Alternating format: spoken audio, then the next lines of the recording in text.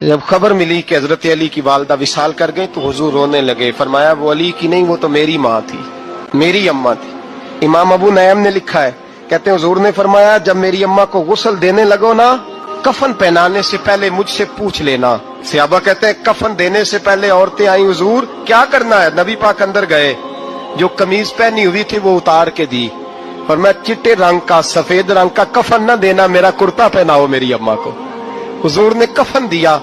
हजरत अबू जर गिफारी फरमाते हैं जब जनाजा पढ़ लिया ना तो नबी पाक फरमाने लगे कब्र सही बनाई है तुमने? हुजूर सही बनाई है। फरमाया नहीं, लगता नहीं।